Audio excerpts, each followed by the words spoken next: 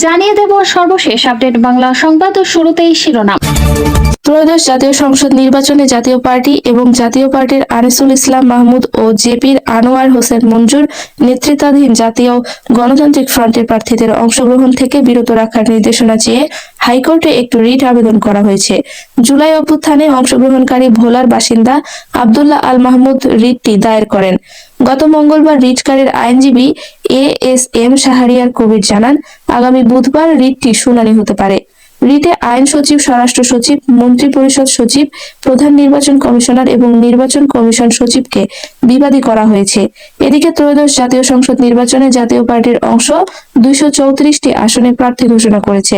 গত 26 ডিসেম্বর গুলশানের লেকশোর হোটেলে আয়োজিত এক অনুষ্ঠানে দলের মহাসচিব শামীম হায়দার পাটোয়ারি চূড়ান্ত প্রার্থী তালিকা ঘোষণা করেন। অন্যদিকে জাতীয় পার্টি ও জেপির নেতৃত্বে গঠিত নতুন রাজনৈতিক জোট জাতীয় গণতান্ত্রিক ফ্রন্ট 119টি আসনে 131 জন প্রার্থীর নাম ঘোষণা করেছে। গত 23 ডিসেম্বর রাজধানীর বানানীর হোটেল শেরাটনের বলরুমে এক জনাকীর্ণ সংবাদ সম্মেলনে জাতীয় পার্টির নির্বাহী চেয়ারম্যান মুজিবুল হক চুন্নু প্রার্থীদের নাম ঘোষণা করেন।